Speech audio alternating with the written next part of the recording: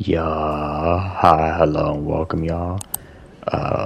Today I'm doing another rant, like I have been promising, and today I'm doing one of my favorite games, low key, and that's Cyberpunk 2077. And I'll go into more details in a second. I just want to clarify that this is my second time making this, so it's like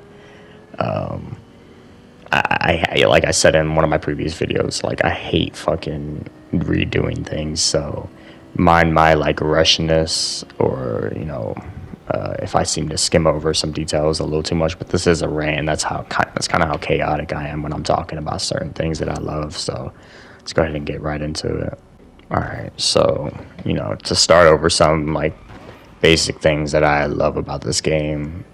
For one, the world itself, and before I go into that, I'll speak about the car since I'm using car gameplay to start. But I just love the vehicles of this game, and my two favorites are the ones you just saw and this one right here, and jet black cars. They have a lot of those in this game, and yeah, honestly, just like the retro look of this one, and some of the retro looks for the other ones, especially like the Porsche that you can get in this game from the Johnny storyline.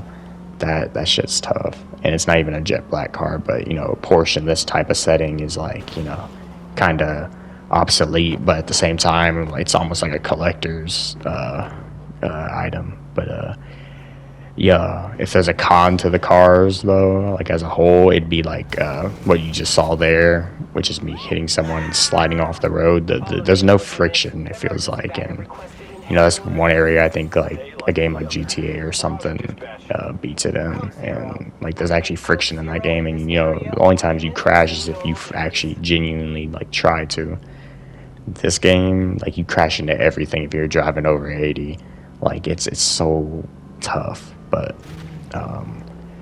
going into my next subject, like the city itself, like as you can see, like I'm not a claustrophobic person, so it's like I like open areas, but I also like them to be like condensed, if that makes sense. Like a big world, but like condensed areas. That's why I like areas like Japan or New York so much. It's like they're like dystopian, almost. Like Japan's more dystopian, but New York has like that aspect in some areas, like Chinatown, for instance. Like it's a compressed little area that has a culture to it.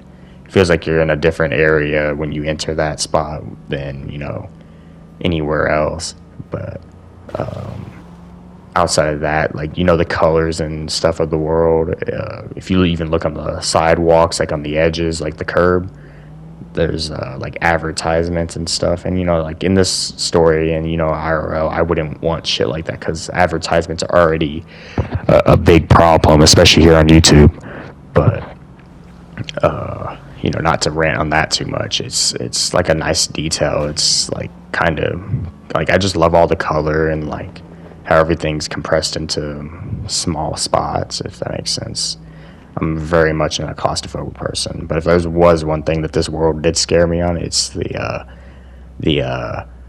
heights of the world, like the buildings and shit, and like a lot of like Arasaka Tower, for instance. It's so tall, and like if I was on top, like I have a fear of heights. Like if there's two things I fear, it's bees and heights. So it's like this world, that would be like my only problem with this world. Not even the crime and shit that's going on in it. It's just the heights.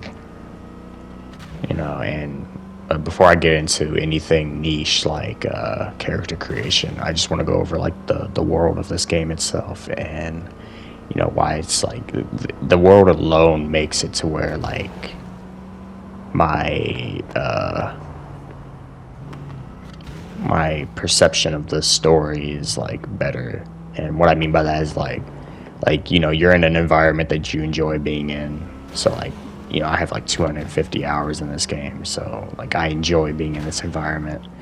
It's like it helps the story out by keeping me focused. And a lot of games nowadays, like they feel like chores, but this game didn't really feel like that. You're just driving around and taking in the city. It's honestly just really nice. But the other aspect of the story that I like is how there's like multiple endings, and how they like kind of reflect you as a person. And what I mean by that is like everybody's gonna play this game differently. They're gonna be passive. They're gonna be aggressive. They're gonna take their time, or they're gonna rush through it. It's like, and all those different things, like different aspects of who you are as a person will show up in your story. And playing this game without any spoilers or watching videos on it, and I'm not gonna spoil anything about the story because I urge y'all to go play this game if y'all have the time. It's a really good game, but it gets you enveloped, and like you kind of just make your own decisions on a whim. And if you do that, you'll enjoy this game a lot more the first time through, just doing your own build and shit. This is my first build. It's like a samurai.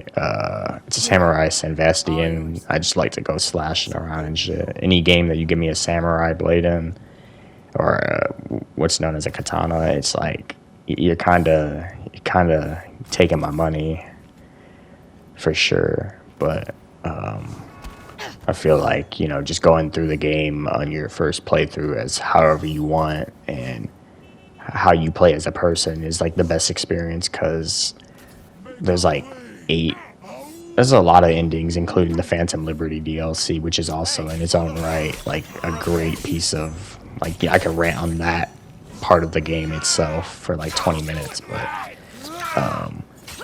like the endings you can get, like they all reflect you as a person. And my personal ending that I got in my first playthrough was the demon. And I feel like a lot of people like that ending, but like people who are like Johnny Stamboys, it's like, and I'm not insulting you or nothing by that, I love the character myself, but a lot of people won't run that route because he's like anti-Arasaka, anti-corporation, and I kind of am too. So I really hated making that decision, but when I looked at the decisions, I was like, what's the best decision for me and Johnny? Because I really only preferred those two, and Judy as well. That was my interest in this game, like the romantic interest you can choose, the one I pursued.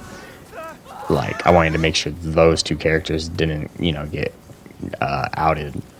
But the Arasaka, like the demon run through, is like kind of like, after playing all of them, it's the worst one, but it was like showing me as a person. It's like I just wanted to protect the people who were closest to me, despite their view of it. And that's kind of like how I interpret the demon ending. And other people might interpret it differently. They might get a different ending, but that's why I urge you to play this. It's low-key like a game that you can just immerse in for a bit, and get an ending it's always going to feel satisfying to you. And that's why, like, the story to me is like, I didn't go into like the nitty gritty, but like I said, I don't want to spoil the game, and saying anything at all will be spoiling it. So I just want to give y'all my like run for it, and honestly, I hope that convinces y'all to play it. Like, this ain't no sponsorship or nothing. It's a really great game. So, but to move on past that and get into my last subject, the character creation screen. And like I said earlier, I have 250 hours in this game.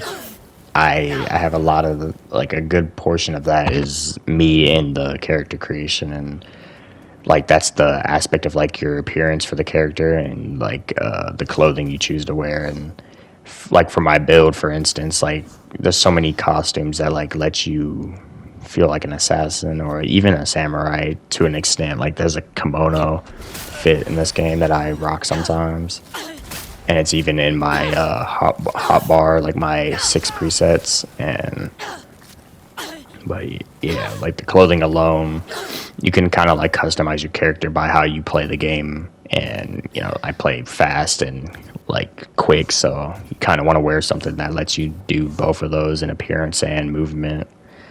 But the next aspect is like the appearance. Like I think I showed my character, but in the thumbnail you'll see it 100%. But like that's just so tough to create, and like it fits.